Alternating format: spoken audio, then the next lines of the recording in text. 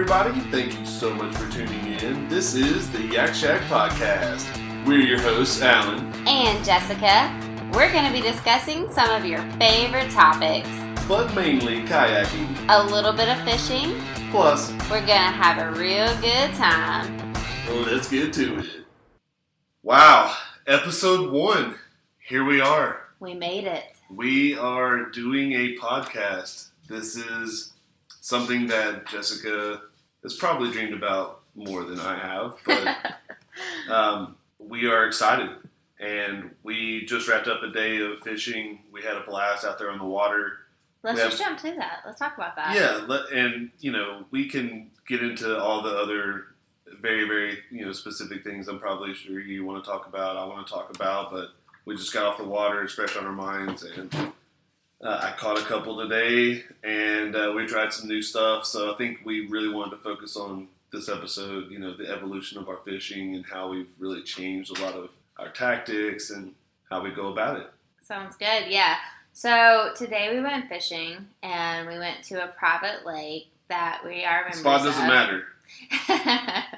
Yeah, undisclosed. And so we got out there. It was freaking 89 degrees today. Water temperature was not much different. I mean, it was pretty much hot everywhere we were at. But we did manage to catch a couple of fish. Well, Alan caught a couple. I caught one, missed one.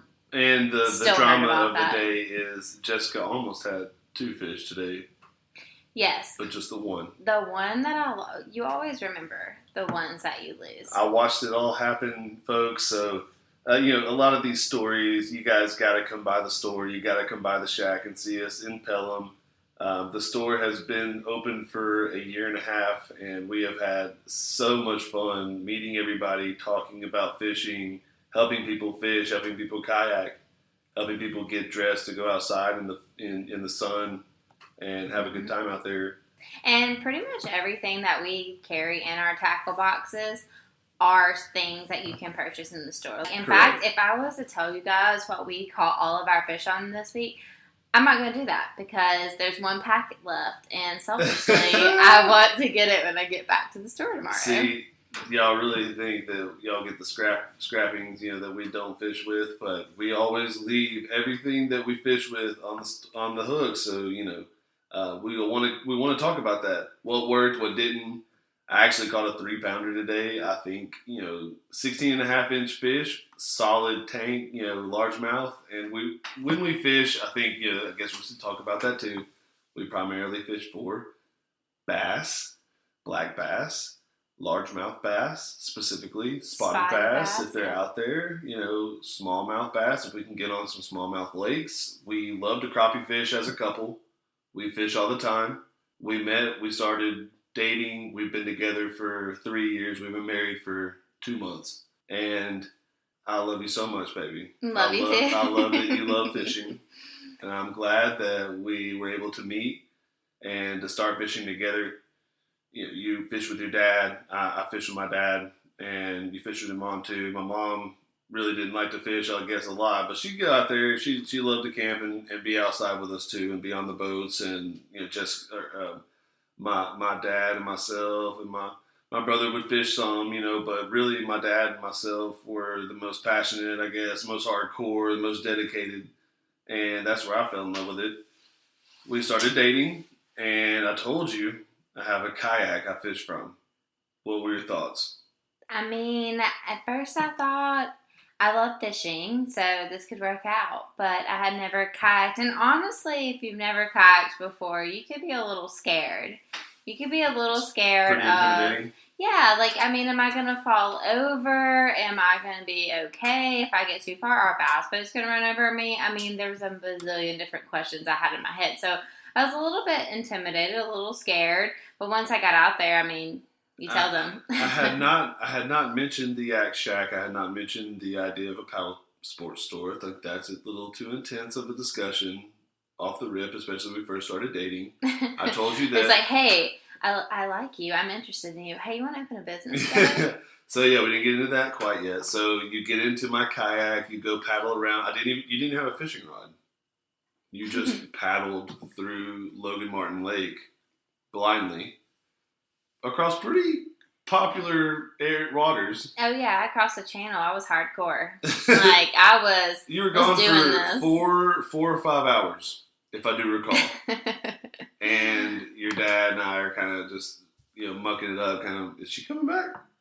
Dad probably was a little worried. He was. You never kayaked before, so you come back and you're pretty jazzed. You had a good time out there. Yeah. And I remember you telling me you wanted a kayak. Exactly. I was like, all right, now I like this. Get me mine. All right, so I have to get another truck. I had, given up one truck and gotten my next truck. I was in the process of getting another truck, so I got the new Silverado. It was new, a couple years old at the time. It's 2015, and when I got it, it was a couple years old. So get the truck, and no excuses. You get to own a kayak now, and I think that I'm about to hook you up. I think I'm about to put you on the best kayak ever because I've been kayak fishing for 6-7 years at this point. I did not do that. You still got a kayak. Talk about the kayak. Yeah, so we thought we did our research. Well, we did. We did our research for We don't have to crush the brand. Right. Okay, I won't say that. And I won't crush my first kayak brand. Let's just say I went to a place that I thought had the best bass fishing kayaks on the market just because. Hint. And it was okay. Yeah, and I really, actually looking back, like... Mine was alright. I like it got you into it. Exactly. And I like how light mine was. Like, I mean, if you think about it... Here we go. I said, look, here's a 10-foot, sit on top, fishing kayak. It's got 4 rod holders. You mark it as a standing fishing kayak. $800.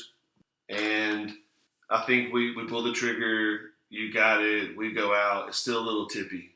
Still a little, not like mine. It was very sturdy and sit in 12 foot, which I was weird, fishing kayak. Looking back, I had to sit in. Right. And I fell in love with the sport.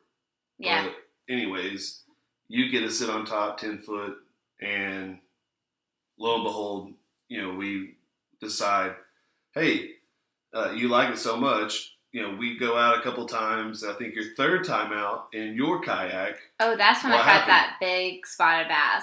Oh, it was like a 3-pounder. It was a 3-pound spotted bass. No doubt about it. Yeah, 3.5. And I remember thinking, you hooked it. And I remember thinking, this is a big fish. It jumped. I remember, I grabbed my net and just wanted you to get it close to you. Well, I didn't know what I was doing, and I was kind of freaking out. I was like, is this thing going to take me across Lake Martin Lake, or am I going to be stable? And everything in a kayak feels so much more intense. You're right there close to the water. This was your first big fish out of a kayak, and you got it close. I reached across your kayak. It swam right into the net. I handed you the net. Yeah. And then you get this fish in, and... What were your feelings like? I was freaking out, but also, too... It's a big spotted bass, first of all. I know, and I always like to tell I've never caught a spotted bass that big in my life. Well, and tournaments, that would have been amazing because of how long it was.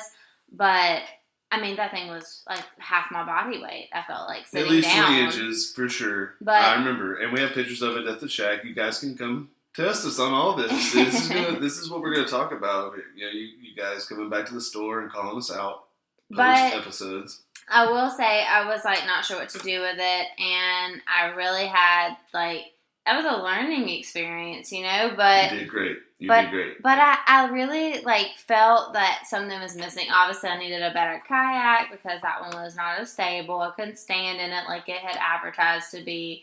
And so, there was a lot of things we had to learn as we were starting to build out the shack. And I think at this point, you were so jazzed. I was on cloud 9. I knew I was never going to have to ask to fish ever again. You were hooked. And no pun intended. I finally tell you, by the way, I have the YakShak.com. I've had it for a while. And I've been talking to friends and family for years, colleagues, coworkers, everybody about starting a kayak fishing store. Mm-hmm. And the fact that I told you I had the .com, the fact that I had the Yak Shak. I was like, we're doing this. Why are you waiting? Like, we're doing this tomorrow. Granted, I have probably, and I had the .com for almost a decade. I know. And finally, my girlfriend at the time, was like, yes. Again, most girls probably are not like, I'm dating this guy. He has a business idea. Let's just open a business together. But I want to be upfront that we had been dating for less than a year. Yeah. 10 months. Yeah. But we love to kayak fish, and we loved hanging out and being on the water. And this business idea was genius, in my opinion. You saw it. You saw it was a good name, I guess, and all that. I love the name. So finally, and here we are. So now, I guess around this time, we bought the LLC. Yes. And filed in the state of Alabama around June 2019. Mm-hmm. And we have to go to a big conference that we heard about, ICAST. Yes. We go to this conference. We meet all these brands. We put this business together. We launch. We finally get a brick and mortar retail area in Pelham, Alabama. Around September 2019. But not before the conference. So we kind of need to tell people that have maybe not heard us on other podcasts. Shout out to, Buck Wild Podcast, and that episode with us was amazing. Boone is a great host and a great all-around professional, and if you have a chance, please listen to that. We do talk about the origin of the Yak Shack and us getting into the business together. I don't want to get into too much of that. Okay. But I do want to talk about the fact that we did go to ICAST in 2019. We did meet all of the brands, a lot of the brands that are still in our store, still on our website. And we finally got the store open. We move in September 2019. We open, grand opening, November 23rd, 2019. And... Oh, wait. It was the first day of hunting. Was it hunting or duck season? And it was so funny because we were just focused on bass fishing. We were like, okay, we don't really care, but okay, yeah. So people won't be there because of hunting. Got it. So November 23rd, 2019, we were open. The grand opening. We had a blast. We met a lot of great people. We had a lot of friends and family that come and visit us and support us, and we'll never forget that. So we had, I guess, a little bit of time to fish in 2019. Not really. We dock fish and didn't really kayak fish. And then we were opening a business. 2020, the love and, amazing year that it was. Sarcasm a little bit just because 2020 sucked. And we've only known November. Think about it. November 2019. That's all we've known. And we're still here. We're so thankful. And we are just wanting to be an outlet for folks that want to kayak fish and want to get to know other people that kayak fish or want to fish or want to kayak. Either one. We hope we represent that well. And we want to have guests on here and, companies and other folks and friends and family that all think the same thing. And so thank you again. Yeah. And so, we got through that first year of a pandemic and then also not really getting to fish that we like. I mean, it's funny because the irony there, right? You want to open a kayak fishing store, but then you don't really get to fish that much. And it's kind of funny. In 2019, we did fish a lot, kayak fish a lot. And in 2020, we didn't really get to kayak fish a lot. Right. And when we did kayak fish, we didn't want to kayak fish in our kayaks anymore. We wanted to try out the brands that we represented. Shout out, Feel Free. Mm-hmm. And New Canoe now. Yeah. And Feel Free family of kayaks, amazing. New Canoe as well. And we finally started seeing the light. Mm-hmm. Using equipment that was catered to our sport.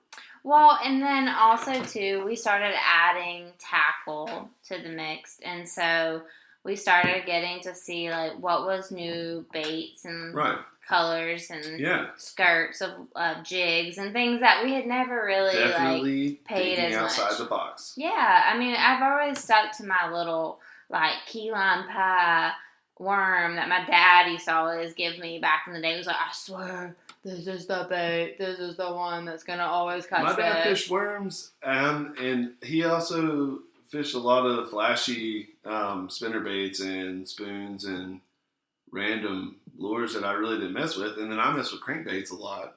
He didn't fish those. We both still caught a lot of fish. And I guess when you and I first started fishing together, I was a traditional plastic worm, Texas rigged. I could throw a crankbait, a rattle trap, and maybe some other creature baits, some lizards, things like that, and plastics. That was my repertoire. That was my go-tos. Those were what I was comfortable fishing. Mm-hmm. Yeah, it was just a worm. Worm only. There was really no diverse lures in my tackle box. It was basically. And I did notice too. You and your dad taught me the spot remover. Oh yeah. The shaky head. Yeah, instead Dad of loves the that. Texas rig with a bullet weight. Mm-hmm. I was very, very used to. Which is funny because, now we carry those in our store. The shaky heads that Dad and I used to fish growing up. And I guess there's like a little nostalgia there, like seeing the things that you used. And I know that 3-pound spotted bass that you caught, the big one, that got you into the really, really, I would say, there were other fish that you caught before this, but that was the one that really got you into the fever. And you caught that on a shaky head. Mm-hmm. I had caught a lot of fish on shaky heads that year. I added it to my game. I love it. I fish it all the time now. And I guess, fast forward, the things that we've added. Some of your favorite things that we've added over the last 2 years. It's changed dramatically. Specifically, okay, I've never really been one to throw a crankbait or a rattle trap, and I'm still on the fence with both of them. It's like desperado moments for me, but like for one of the ones I will say I give you a lot of credit for was the underspin. And this lake that we go to a lot by our house is, one that I don't know why, but I just had this moment one day. I was like, I'm going to try that underspin. And I had never had a bite on an underspin before. So to me, it was the same, and still to this day, same with spinner baits. Like, I need to understand more about that reaction bite. But when it came to the underspin and I felt that bite, I was like, okay. Violent. Crushed it, probably. They're still eating it like a worm, but like hungrier. Yeah, right. it sort of triggers that animalistic, violent strike out of a bass, and I do love that. Fishing flashy, I think that's more, like I said, my dad's style growing up. Well, and underspin was a brand new one for me. I never fished an underspin either. Spot Sticker introduced that to me as a lure choice, and just, picked a good paddle fish, swimmer style plastic to. I was gonna say, I think that's what eased me into it was the swimmer style plastic. It was almost like a worm in a way, but then has some flashiness to it. So I felt like I was a little bit more open to experience that. It's the best of both worlds. It's a reaction, hard bait plus a plastic plus a go-to swimmer style. Yeah, I agree, and been very successful. I caught my first bass of 2021. On an underspin from Spot Sticker Baits. How do you remember that? I just this year. Oh. It's like when you watch. Well, I caught my first bass of 2020 on a rattle trap. Yeah, I do remember that because you were trolling backwards. That was pretty cool. That's on our YouTube channel. Testing a big fish 108 from Three Waters kayaks. I was backpedaling. I looked over at Jessica, said, "Hey, get some footage of me backpedaling. This is great. This is cool. I've never pedaled a kayak like this and fished, and I feel like I'm getting some good casts in, and feeling pretty confident." So she turns on her camera, records, 15-second clip. Awesome. And I catch a fish. That's a awesome. half-pound spotted bass, granted, dink, dunko, tiny. It was a bass trolling backwards. But yeah, and I went over the top of it, and I caught a fish. Light bulb goes off in my head at that moment. Pedals. I know I'm going to catch a lot of flack for this. Pedals make a huge difference. And I know that it's expensive, or I know that it's a pain, or it's a lot of equipment to add, or it's a lot to think about. But at that moment, when I caught that fish, covering water, we were about to take out. Mm-hmm. We hadn't caught a fish all day, miserable, cold. It was freezing. Oh my gosh! We crappie fished off the dock. We didn't catch a crappie, but we both caught fish. I caught a white bass. Mm-hmm, that's right. You caught a...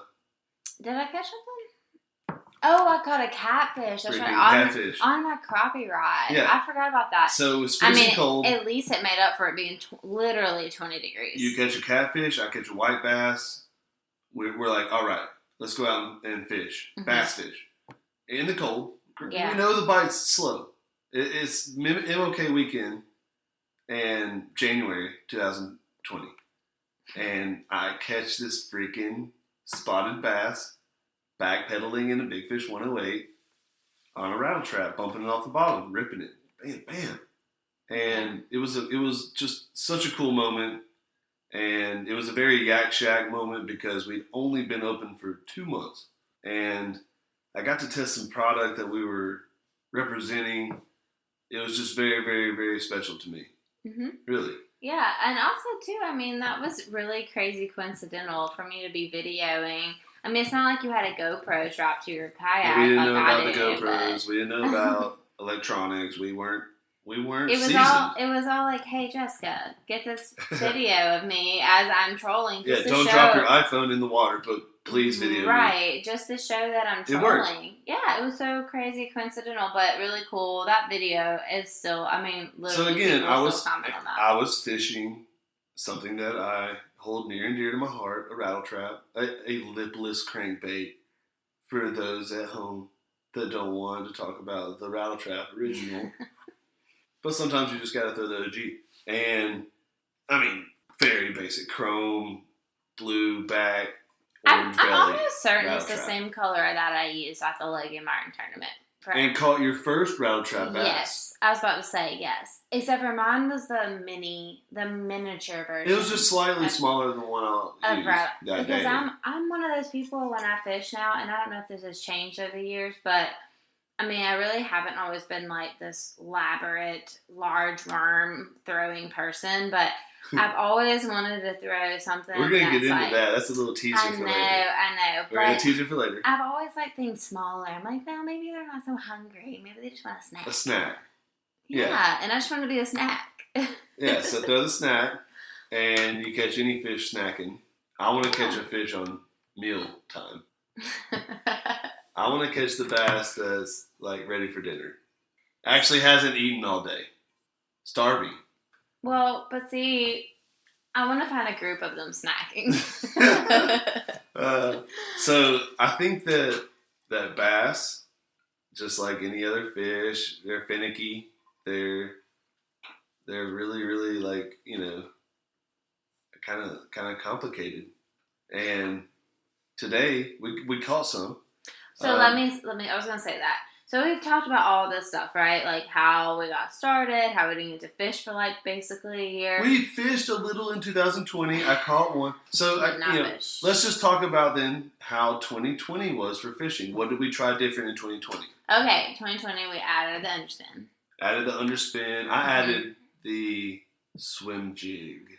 Oh yeah, and the swimming mama. The swimming mama creature bait from Big Bite Baits. Yes, okay, those are new. And then I added the spot sticker swim jig, plus any Big Bite Baits or spot sticker trailers that I wanted to use. I did, and I was very successful last year. But I also totally forgot that I did the wacky worm. You did. You added a drop. You added a drop shot last year. Yeah, with a wacky worm. 2020. So you added the drop shot. Man, 2020 was. You added the underspin. Mm-hmm. You started throwing the rattle trap a little. No, that was 2021. We'll get to that. Yeah. So 2020 underspin, wacky worm on the drop shot. You lost one on that, right? Lost a big one on the wacky. Why do you always remember the ones I lose? Because you would remind me.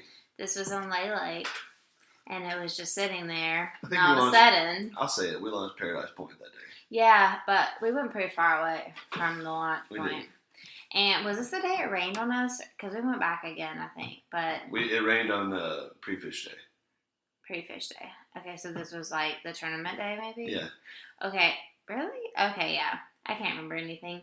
But yeah, so I just remember it was a bubblegum wacky worm. It's straight hot pink. Hot pink. Beautiful. I thought it was a great choice. If I was a fish, that's what I would have ate for dinner that day. And drop shotting, finesse fishing, is your game at this point too, and especially. It's just a pain to tie that on. So it is, yeah. Of course. Like that one, a lot of extra. Mm-hmm. You need a whole rod set up to drop shot for that day because there's no way you're gonna tie that. So you lose a big one, wacky fishing. We've added a few other things. I added the swim jig, so I'm gonna talk about this. If you don't throw a swim jig, if you don't throw a jig in general, then you need to rethink, targeting, those mid-range bass to really larger size bass. And for some reason, this freaking bait works. There's a reason why pros fish it. There's a reason why it's on the leaderboard days. I believe in it, but I've yet to catch a fish. You haven't caught a jig fish yet. But I know all of our friends and people that come into the store, they all swear by it. I know. And I will say that Spot Sticker makes a heck of a swim jig.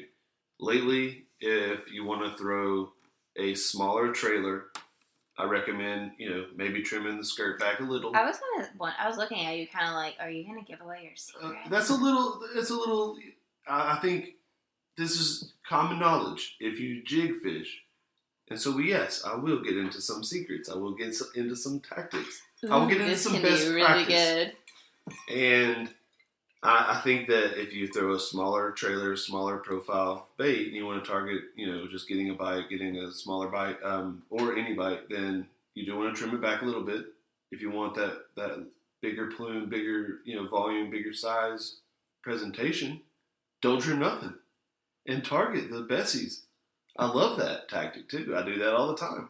So I know it's a struggle whenever you're in like a dry spell though, and in 2020 I probably averaged a 2-pound bass on a jig, which is true, and it was a deadly addition to my repertoire personally.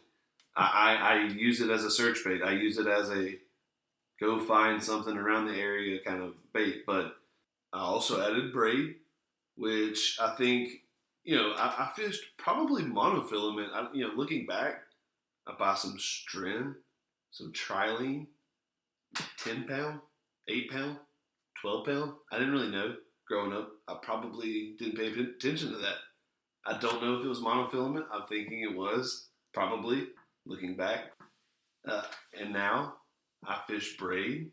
I fish fluorocarbon, 12-pound. I fish, straight braid on my jigs, or even the underspin was straight chatterbaits, things like that. I added top braid. Water. I would add braid. I added braid in 2020 too. I forgot about that. And that was fun to fish something different.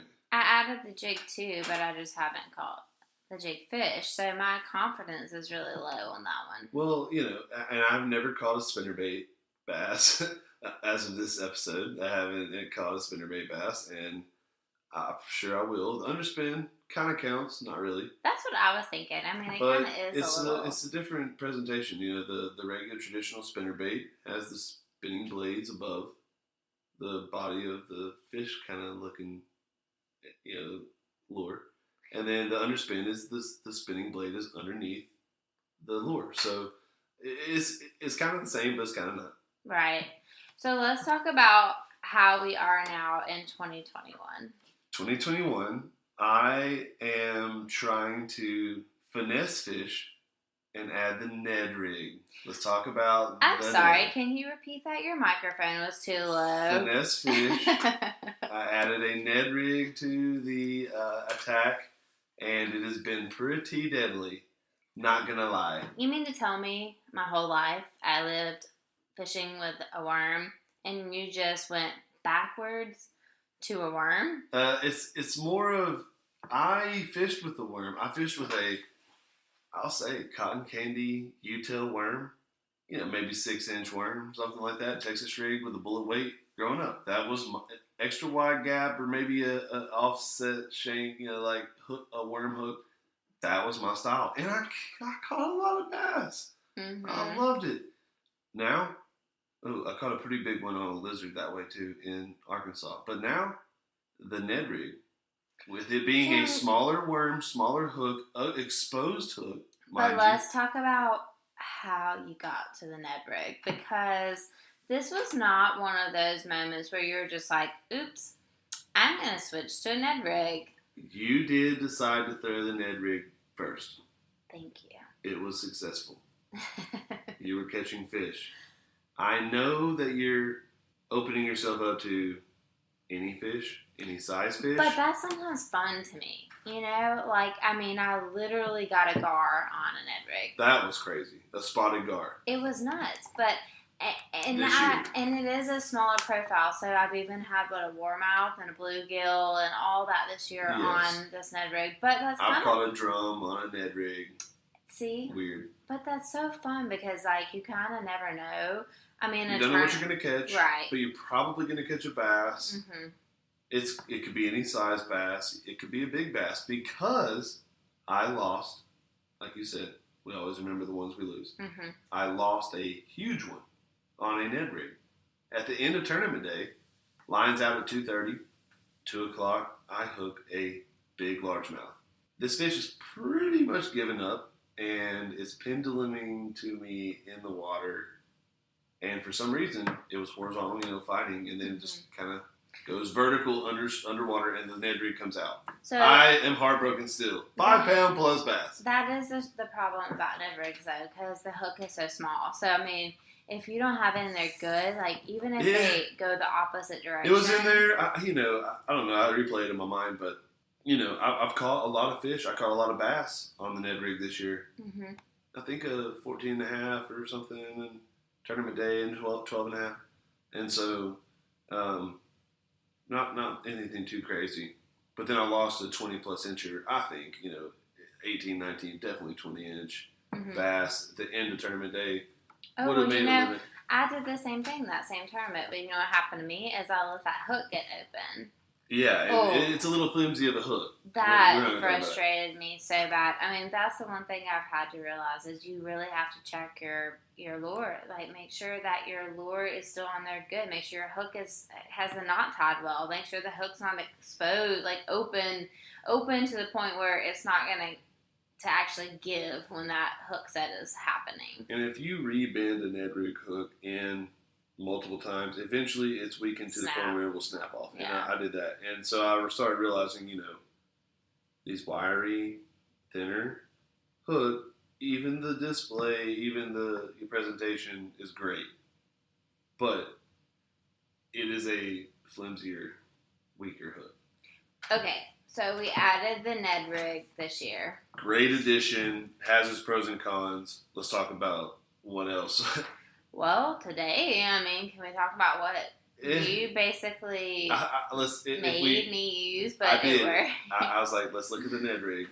So, Big By Base makes a hook, which is a limit maker hook. And I said, let's use that hook on a fat stick by Big By Base. And it worked. It worked at Logan Martin, and now it's worked at Lake X. And I think that moving forward, we're going to add it to our arsenal. I am. Mm-hmm. I lost a big one at Logan Martin on this hook, on this presentation, on this worm. And it would have been my personal best out of a kayak, or probably personal best out of anything if we're a largemouth bass. Mm-hmm. I'm thinking 7-8 pounder. And now I've I've caught a 15, caught a 16 and a half today on this hook and lure. And then caught a little dink today. Maybe 10-inch fish. I'm not kidding. 11. But largemouth still. And, so it obviously targets a small bass as a big lure. And then the average, though, you caught one today on it. Yeah. So probably a, 15-inch bass. Yeah, maybe a 2-pounder. Yeah, and then you lost a 5-pounder, 4 or 5 pounder today. Yep. This lure is deadly, y'all. It's deadly. Yeah, this one swam underneath a tree. I still thought I had it for the longest time, but then... Okay, yeah, you described the loss today in your words. I'll describe it in mine. Okay, so my words. Yeah, you don't say my words. Caught fish. Okay. Scared. Excited. Under tree. Devastated. Under tree? So here's what I saw. I saw you hook the bass and then go, I think I'm in the tree. No, wait. Oh my gosh, it's on. And then I saw this bass jump through the tree, out of the water, back into the tree, and then it was still hooked for a second. And then all of a sudden, the bass jumps back out of the tree towards the bank, and it's loose. I've never seen anything like You're it. in the tree. Yeah. Now you're attached to the tree. Oh, he basically spit it out and left me hanging in the tree. And this fish is off, jumps to the bank, and then what? It jumps again. Mm-hmm. It's still acting a fool. Yeah. And I'm like, what is going on? Yeah, at the bank it goes so then and jumps again. And it was kind of a loud kerplunky splash. Oh, it's one that we saw its mouth. I mean, I saw its mouth. I will give you. It was a 4 or 5 pound bass. No. I hate that. Yeah, I know. So, moral of the story is, the Ned rig works. Exaggerated Ned rig profile with the limit maker and the fast stick, it works as well. Mm-hmm. And I will probably stick to the bigger hook because I trust it more. I think that it holds on to fish more. Except for sometimes I like the Ned rig hook because if I use the brush guard on it, I feel like that's true. That kind of keeps me from getting hung up on everything. Like, how many limit makers? Like, oh, by the way. But traditionally, the Ned rig doesn't have a little brush guardy, wiry. But the ones that have that, you're saying you like more. I do. And I guess I should tell you now, I did use all of your limit maker hooks. Those are all gone. Okay. And also all of the fast sticks you gave me. I know a place. Yep. So... while we're on this, we can't be so angry. Yeah. So I guess we've added that to our repertoire. Yes, I'll use that. In 2021, what are you going to focus on in 2021 outside of what we talked about that you know catches fish, that you know you're being stubborn not adding? It's like you want me to say jig. Well, the jig, yes. And I thought you might mention the crankbait. Oh, yes. So, actually, yeah, crankbait, then jig. Those two, you're going to catch a crankbait bass this year. Let's do it. And you're going to catch a jig bass. Heck yeah. I'm going to catch a crankbait bass. Those are two of my favorite lures. I will tell you. Those are the two of my favorite lures. I'm going to catch a crankbait bass before I catch a jig bass. I would guarantee I love the crankbait bite. I'm telling you, the attack is so intense, and those trebles get in and mangle some lips. So as soon as they hit it, it's more of just, you sit back and just reinforce that strike, reinforce that hook set, and you hold on because they're coming in, and you get them in. Do you think that you're going to ever add top water? See, Tam, I am going to add I will catch a top water bass this year. You know what? And, okay, if you're adding jig and crankbait, I'm adding spinnerbait and topwater. Ooh, deal. Maybe we should just see throughout the life of this podcast who catches the first of their... Yes. But that means I have to devote time to it. You have to devote time to those two. I have to devote time to mine. I really like having pictures and videos of fish, and if I don't know what I'm doing with a crankbait or a jig, then... I feel like I spend more time trying to learn. That's the challenge of it. That's the challenge. You put it out there. We need to go fishing. It's out there in the podcast now. We need to go fishing. We'll keep up with it. If you catch one on the crankbait or jig, if I catch one on the spinnerbait or topwater, we'll knock those off. A 2 for challenge. I'm just saying we need to both go fishing with our two dared or whatever bedded baits.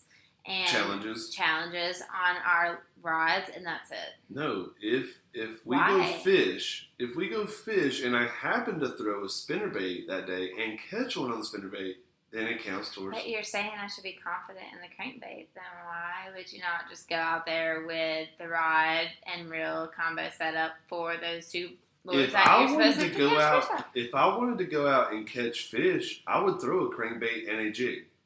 But I'm not going to do that. Well, yes, I am. But I'm also going to throw a spinnerbait every now and then, and I'm going to throw some topwater every now and then, and we'll see. Well, this will have to be continued then, There we go. because I mean, Yeah, you have it, folks. I did catch a rattle trap fish this year. I felt like I have So a you little added bit that more this year, yeah. of a leg up with the crankbait. And we talk about the shaky head. We talked about the big worm last year. We should go ahead and say Jessica owns big bass between the Norrises. I do. She caught a 7-pounder last year off the bank at Logan Martin. On a worm. Boom. Like I said. 7.5-inch big bite bass tour swim worm in sunfish laminate. I'm gonna give it out. I'm gonna say it. Dang, all the secrets. I And have it was nothing to hide. It was on a spot sticker shaky head hook, green pumpkin. Yeah. So In between a rainstorm on Memorial Day weekend. I 2020. feel like this is a movie that we could Yeah, you can kind of put yourself there. introducing. Now, will you tell the world where you got that idea? The internet. I'm just kidding. Oh, it's so How bad did you right think now. to throw that day? Oh my gosh. Okay. Alan gets Wherever did you find? I thought you said we were going to be nice to each other on this podcast. Alan gave me the idea. There you go. And It hurts. I told you the 5.5-inch tour swim did what we call a lot of bass. Yeah, okay, so that's really backing up. So the reason, yes, I do give you credit for it because I caught most of my fish on the 5.5-inch tour swim worm all year long, and then And Alan, I just threw out a random number idea. Hey, 7.5. a 7.5 might just target a little bit bigger bass. And it does. But then also, if you're in that dry spell that I had in 2020 where I wasn't catching fish, like, it's very frustrating to have a 7.5-inch worm not catch you fish. But when it does, Oh my gosh, did it ever. it did. And that fish, honestly, there's like I- 10-inch spots in the Logan Martin that fight worse than that fish did. And it was my biggest fish I've ever caught. Yeah, it put up no fight, and you got her in. Yeah, She was huge. I actually got it into the bank, and like neighbors at my dad's house are coming outside, and they were like, "Oh my gosh, get your phone!" Freaking out. We didn't measure it, but I will say, looking back, and I held it, everything. I mean, I remember it hitting the floor and being. I did let Alan hold it. I'm like, hold it. How does it feel? I'll say it would felt like a 7-pound bass. Period. And y'all can come see pictures of it and videos of it at the store. You can call us out on this as well. But it was about a 23-inch, 22-inch minimum bass. It was Big female largemouth. Yeah, post spawn. Post spawn. Super And skinny we always belly. joke about this, but if you'd have caught that pre-spawn, we're talking about a 9-pound bass. My eyes are rolling. It's a big fish. The head on this thing was massive. Oh, I had a hard Massive. time holding it with two hands. Massive head. Massive mouth. So anyways, It's one of those ones, like, it's one of those once in a lifetime ones, I feel like. I mean, I loved being there for that. That was amazing. That was so fun. We're chasing that now. That is the mark. Mm-hmm. And I hope we do. I hope we top it a bunch. Mm-hmm. Especially together. You know, I love fishing with you. And I want to be in a kayak when I catch one like that, too. Yes. That wasn't, unfortunately, in a kayak. And it was, look at us. Like, we're mad if we don't catch it. I know, because that one would have been like Wild Wild West dragging me around Logan Martin. So, you know, it's tough. We haven't even really fished a shaky head I know. since then. And it caught you the biggest fish of your life. I know, I went Ned Rig and I didn't look back. And now we haven't thrown the shaky head anymore. We haven't thrown some of these things anymore. We've got to get back to that. You know what it was? It's the short bites I've been getting with the tour swims, and it's been frustrating the crap out of me because I'll see teeth marks on the back of the worms, and I'm like, you mother crappers. Like, you didn't just want to eat the whole worm. Yeah. But then today, I threw this big fat lemon maker with a fat stick, literally a fat stick. From big. That worm is a big profile. And that fish inhaled it. Like, we struggled to get it out. Got it out, but I mean, yeah, choked it, swallowed it, inhaled it. And it's like, great. You know, they're coming in. You're boating those.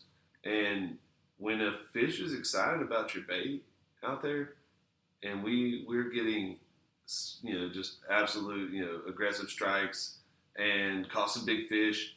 Caught a 3-pounder today.